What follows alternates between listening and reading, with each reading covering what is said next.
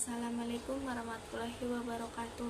Perkenalkan, nama saya Sabila Putri Utami dari Prodi Manajemen Universitas Pancasakti. Di sini saya akan mempresentasikan tentang mata kuliah aspek hukum dalam bisnis dengan dosen pengampu Bapak Sugeng Prayetno dengan judul Hukum Pembiayaan Non-Bank. Di sini ada profil diri atas nama Sabila Putri Utami dengan NIM 28923500085 dengan prodi manajemen Fakultas Ekonomi dan Bisnis. Di sini ada hukum pembiayaan non-bank.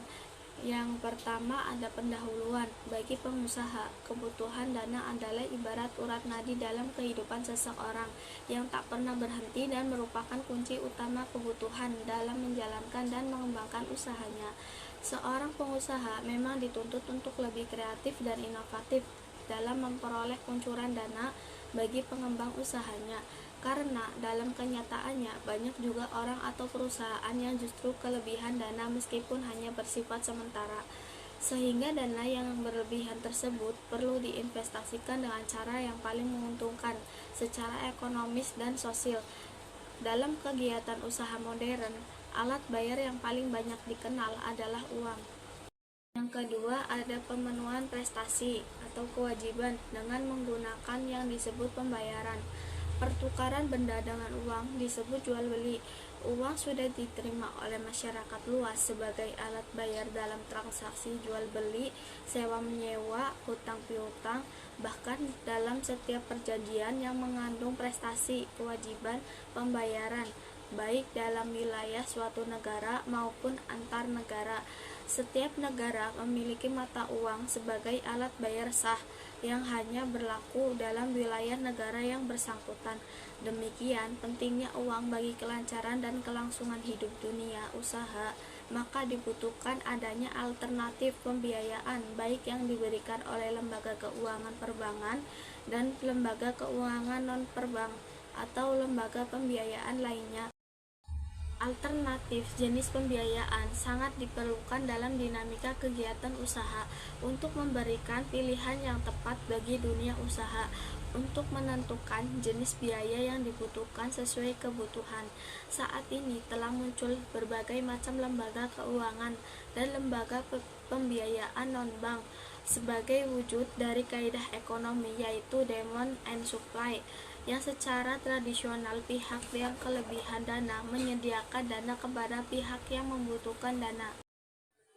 Lembaga pembiayaan di luar sumber pembiayaan melalui perbankan, pengaturan secara hukum mengenai lembaga pembiayaan diperoleh pada saat pemerintah mengeluarkan keputusan Presiden nomor 61 tahun 1988 tentang lembaga pembiayaan. Keputusan Presiden nomor 61 tahun 1988 yang kemudian ditindaklanjuti oleh Keputusan Menteri Keuangan Republik Indonesia nomor 1251, Keputusan Menteri Keuangan 013 tahun 1988 tentang ketentuan dan tata cara pelaksanaan lembaga pembiayaan. Keputusan Menteri Keuangan nomor 1251, Keputusan Menteri Keuangan 013 tahun 1988. Dalam peraturan perundang-undangan tersebut disebutkan bahwa kegiatan perusahaan pembiayaan meliputi 1. Sewa guna usaha, 2. Modal ventura, 3. Perdagangan surat berharga, 4. Injak piutang, 5. Usaha kartu kredit, 6. Pembiayaan konsumen. Meskipun kegiatan lembaga-lembaga pembiayaan ini memiliki karakteristik yang berbeda, namun tetap mempunyai tujuan yang sama, yaitu untuk memberi kemudahan kebutuhan finansial bagi perusahaan atau pengusaha yang membutuhkan. Leasing berasal dari kata lease yang berarti sewa menyewa.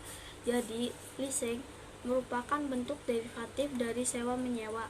Dalam dunia usaha berkembanglah sewa menyewa dalam bentuk khusus yang disebut leasing, yang dalam bahasa Indonesia diistilahkan dengan sewa guna usaha. Hingga kini telah diberikan berbagai definisi mengenai leasing yang tercantum dalam keputusan Menteri yang pada prinsipnya meliputi elemen-elemen antara lain. Yang pertama, ada suatu pembiayaan perusahaan yang kemudian tidak berkembang, tidak hanya untuk kegiatan usaha. Yang kedua, ada penyediaan barang model yang dipergunakan oleh lease untuk kepentingan bisnisnya.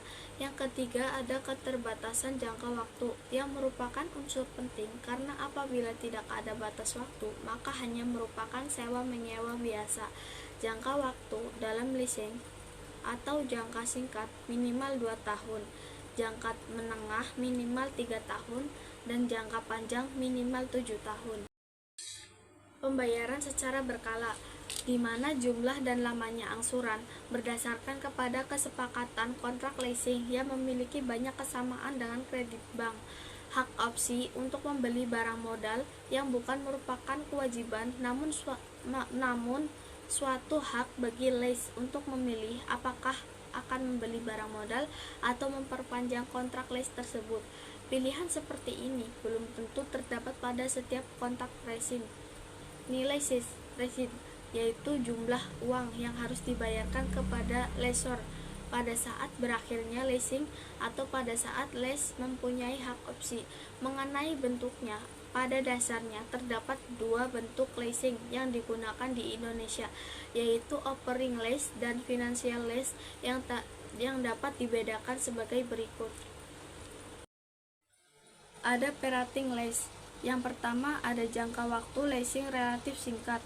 Yang kedua, ada harga sewa lebih kecil dibandingkan dengan harga barang. Berikut keuntungan bagi lessor. Yang ketiga, ada lease tidak dapat mendapat hak opsi setelah berakhirnya masa leasing. Yang keempat, ada di khususnya untuk barang-barang yang mudah terjual setelah pemakaian. Yang kelima, biasanya diberikan oleh pabrik yang ahli mengenai barang tersebut. Yang keenam, ada harga sewa yang dibayar dengan jumlah tetap setiap bulannya. Yang ketujuh, ada lease menanggung biaya pemeliharaan kerusakan, pajak, dan asuransi.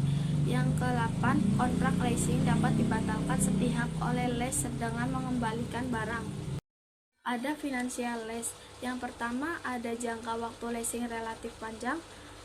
Yang kedua, ada harga sewa berikut hak opsi menutupi harga barang berikut keuntungan bagi lessor. Yang ketiga, ada lease mendapatkan hak opsi setelah berakhirnya masa leasing. Yang keempat, tidak dikhususkan untuk barang-barang yang mudah terjual setelah pemakaian. Yang kelima, dapat diberikan oleh perusahaan pembiayaan.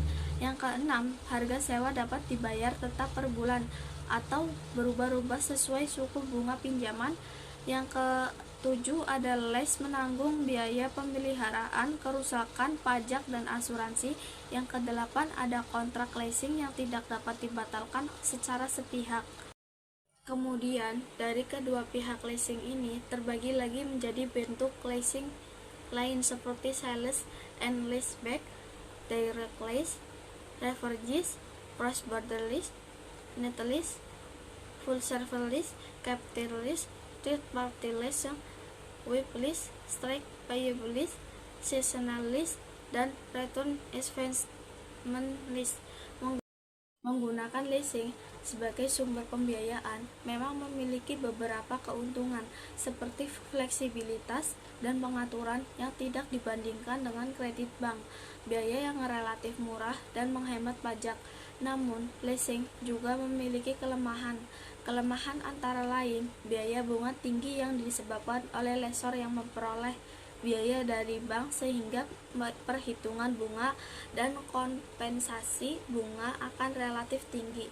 Selain itu juga terdapat kelemahan berkaitan dengan biaya marginal, meliputi fee, cost, dan kompensasi untuk jasa yang tinggi.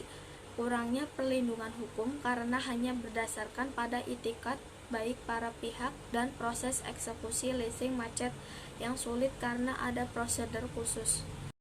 Mengenai berakhirnya atau putusnya perjanjian leasing dapat dibagi menjadi 3 cara, yaitu karena konsensus atau kesepakatan dari para pihak untuk memutuskan kontrak leasing karena wan prestasi atau salah satu pihak tidak dapat melaksanakan, kewajibannya sesuai dengan kontrak, dan karena force majeure atau kondisi di luar kehendak para pihak.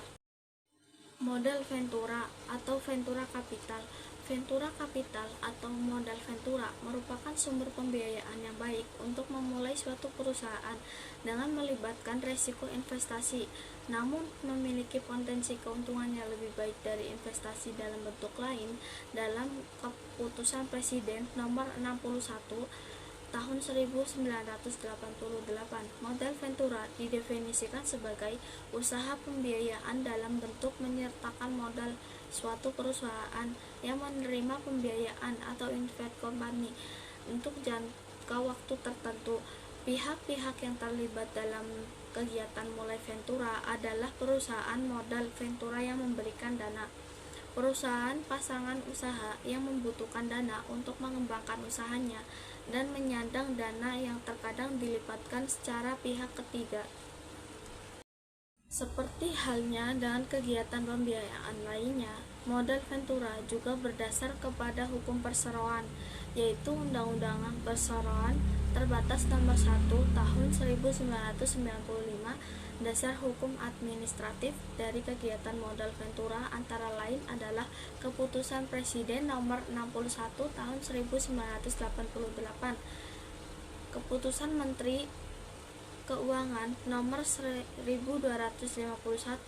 Keputusan Menteri Keuangan 013 Tahun 1988, Undang-Undang Nomor 7 Tahun 1993 JO, Undang-Undang Nomor 10 Tahun 1998 tentang Perbankan, Undang-Undang Perbankan,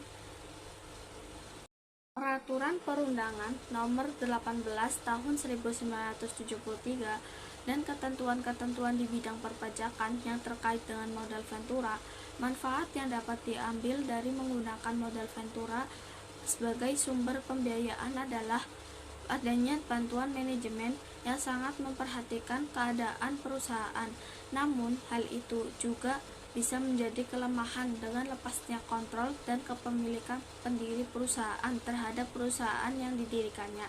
Selain itu, mengingat pembiayaan seperti ini menggunakan sistem bagi hasil, maka perusahaan yang sukses akan dihadapkan pada biaya yang sangat mahal. Bisa dilihat secara jangka panjang, kegiatan pembiayaan modal Ventura biasanya sangat selektif dengan memilih perusahaan-perusahaan yang prospeknya sangat bagus. Perdagangan surat berharga. Perdagangan surat berharga merupakan kegiatan pembayaran melalui penerbitan surat hutang atau bond dengan cara menyalurkan dana yang mengharuskan pihak penerbit surat hutang tersebut, biasa disebut dengan issuer, debtor, borrower, untuk membayar kembali kepada pembelinya, lender atau investor, sejumlah hutang pokok prinsipal berikut bunganya dalam jangka waktu tertentu yang telah disetujui. Mengenai pembayaran kembali hutang tersebut dan jumlah yang antara lain dibeda-bedakan berdasarkan beberapa faktor seperti sifat surat hutang, maka jatuh temponya, syarat penarikan bagi penerbit obligasi, jenis jaminan kolateral yang mendukungnya. Meskipun telah berlaku ketentuan-ketentuan yang mengatur tentang surat hutang, pengaturannya tidak terlalu ketat dibandingkan dengan surat pembiayaan lain seperti kredit perbankan. Undang-Undang Perbankan Pasal 1 Ayat 10 menyatakan bahwa surat berharga adalah surat pengakuan hutang wesel, saham, obligasi, sekuritas kredit, atau setiap derivatifnya atau kepentingan lain, atau suatu kewajiban dari penerbit dalam bentuk yang lazim diperdagangkan dalam pasar modal dan pasar uang. Namun, mengingat akan adanya kepentingan publik yang berpotensi sebagai investor, maka ketentuan-ketentuan yang lebih memadai akan sangat dibutuhkan untuk mengatur, melindungi hak, kewajiban, wewenang, dan tanggung jawab para pihak yang terlihat dalam penerbitan surat hutang. Yang terakhir, ada anjak piutang atau factoring. Factoring atau anjak piutang berdasarkan Keputusan Presiden Nomor 61 Tahun 1988 merupakan pembiayaan dalam bentuk pembelian dan atau pengalihan serta pengurusan piutang atau tagihan jangka pendek dari suatu perusahaan yang muncul dari suatu transaksi perdagangan dalam atau luar negeri. Dalam kegiatan ini, pihak-pihak yang terlibat adalah perusahaan faktor yang memiliki jasa faktoring, klien yang mempunyai piutang atau tagihan untuk dijual kepada perusahaan faktor, dan customer yang berhutang pada pihak klien yang kemudian akan dibayarkan kepada perusahaan faktor. Berkaitan dengan dasar hukum, faktoring memiliki dasar hukum yang bersifat substantif dan bersifat administratif. Dasar hukum substantif dari faktoring adalah asas kebebasan berkontrak yang bersumber pada pasal 1338 KUH Perdata, sehingga apabila suatu perjanjian faktoring memenuhi syarat sah, perjanjian seperti itu di dalam pasal 1320 KUH Perdata, maka perjanjian tersebut mempunyai kekuatan yang sama dengan undang-undang. Selain itu, terdapat pula dasar hukum substantif bertendensi prosedural yang tercantum dalam KUH Perdata buku kedua tentang KESI dan buku ketiga tentang subrogasi. Seperti kegiatan pembiayaan lainnya, faktoring memiliki keuntungan-keuntungan dan kelemahan-kelemahan. Pada umumnya, keuntungan yang dapat diambil dari faktoring antara lain dapat menurunkan biaya produksi, meningkatkan daya saing di dunia usaha, dan membantu akselerasi proses perputaran pada perekonomian.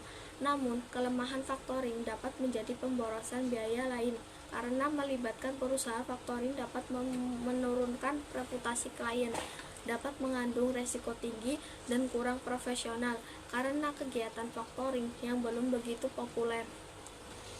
Demikianlah presentasi dari saya. Apabila ada kebenaran, datangnya dari Allah. Apabila ada kesalahan, datangnya dari saya pribadi. Mohon maaf atas kehilafan tutur kata dan perbuatan. Wassalamualaikum warahmatullahi wabarakatuh.